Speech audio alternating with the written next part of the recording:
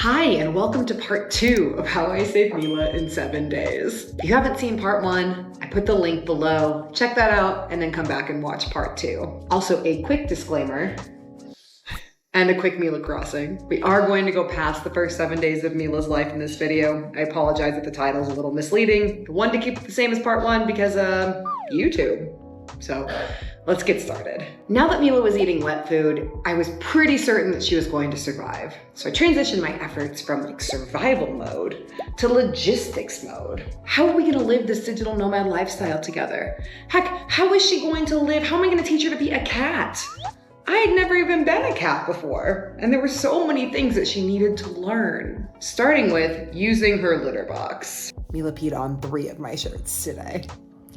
The vet recommended I give her more water, so I started giving her little syringes of water every couple of hours, and now she can't really control when she pees, or she's learning. I'm not honestly entirely sure what's going on. Sometimes she makes it to the litter box, sometimes she doesn't. So tonight we are sleeping in pee-pee pads on the bed, so if she pees, it'll be on that, hopefully. I think I've had her for almost 2 weeks now, and it's all-encompassing. It's amazing in so many ways. I love her wholly and completely. I feel like it's like when people have kids, they don't know how much they can love something, but I do love her so much, but I'm not gonna lie, it's been so intense. She's been to the vet 4 times in the last 12 days, and I'm exhausted.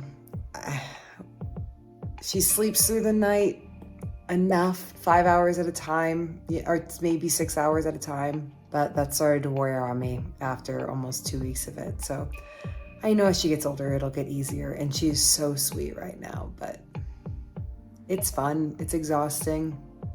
Kind of love it. Right as I am making this video, she is peeing on the floor next to me.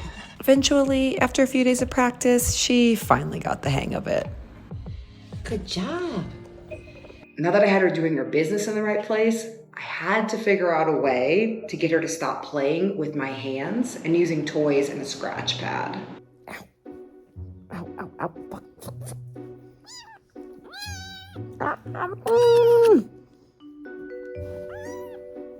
Ow. God. Those tiny claws. Those tiny claws. I think she's teething pretty bad, so I'm just letting her chew on the rubber nipple of her bottle even if she's not eating, and I think it kind of helps. I just feel bad because I can't really get any teething toys for her. There's just not anything here, so I was just thinking on my feet and the rubber teeth she can obviously, chew on, and I think that maybe helps her little teeth. I'm sorry, BB. Finally, I found the toy that will keep her quiet. Toilet paper rolls were not sustainable, so I went out on a mission to find some suitable toys. We'll just get her all of the cat toys that they have and a scratch pad. Okay, the toys have been acquired. Let's set them up and see what she thinks.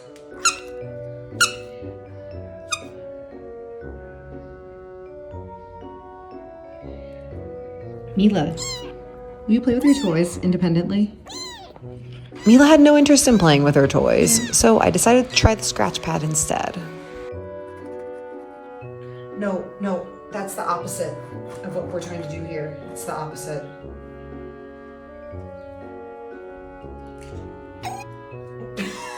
Okay. No, the pad meals. Before I knew it, our time at Cove 404, the place where I found Mila, was up. We could have stayed longer, but it was quite an expensive place, and there were much cheaper and much nicer apartments within the town of San Cristobal, and I knew we were gonna have to stay there for a couple of months so Mila could grow, get her vaccinations, get used to backpack training before we could eventually leave. But because I wasn't sleeping well and did some silly date math, we ended up having 2 nights in an Airbnb between living in Cove 404 and our next location. So Mila's first move in her whole life was quite a quick one. Today is baby Mila's first moving day. This is for me, and this, and all of this is for Mila. Okay, Mila, it's time to move. Are you ready to go? She seems to be okay. Maybe a little confused, but overall fine. Luego nos bajamos. Aquí en la curva. Okay, so Mila's first move, couldn't care less. She's just as happy here as she was there. So this gives me a lot of hope in thinking that she might be a travel cat. After a quick stint at the Airbnb, we moved into the apartment that I knew we would be in for the next couple of months. And Mila was growing bigger, more curious, stronger every day. And I thought it would be a really good time to start her backpack training. Okay, I'm going to attempt to put Mila in her carrier today. Got like her blanket and a couple of her toys. So hopefully that'll kind of ease like the stress of being contained. I'm gonna try and put her in the front. Okay, come here, crazy.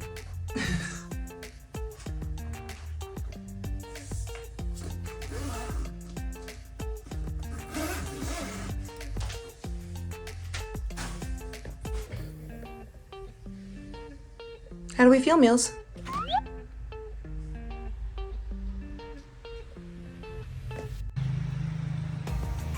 She's crying like these soft little, like sad meows.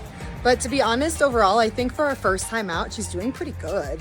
She's not jumping around. She's not trying to get out. She's just kind of chilling. How did we do? Hi. What do you think? She doesn't seem to be too traumatized. I think for her first time, she did pretty good. From then on, every single day, I took Mila out in her backpack for a walk. Okay, we got about 15 minutes into our walk before she started crying. She's meowing pretty heavy right now, but that's okay, because like, she'll be okay. Hi. What do you think, Meals? I wish I could like interview her. Be like, how was it today? She'd be like, I hated it.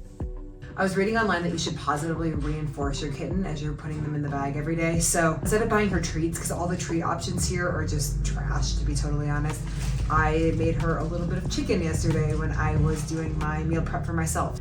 I'm going to go on ahead and give her a little bit of chicken and then give her some chicken in the bag when I'm putting her in. So she associates the bag with chicken. Okay, I'm gonna go ahead and zip her in. And today we're going to go to Walmart and hopefully do a little shopping and be back in 20 or 30 minutes. So let's see how it goes. I'm realizing how extremely lucky I am that I'm in Mexico right now because I can just like carry her around and no one says anything. I don't need any paperwork or anything. She's just like chill. Good girl, Mila.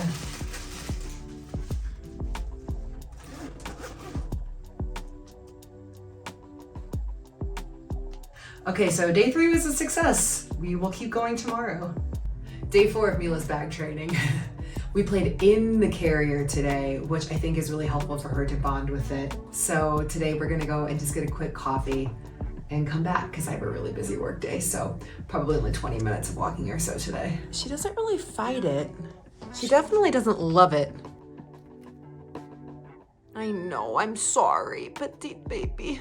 Not even a peep today. Okay, what works and what doesn't work? Here's what we know. What works? She's very tired because we just played for like hours. We played in her bag today. She gets a piece of chicken when she gets home. And we went early when it's cooler and we're in the shade. Even though I'm training her, I'm kind of training myself too. Okay, baby girl. That was so good today. You did so good. One day at a time, and eventually we'll be on a plane before you know it.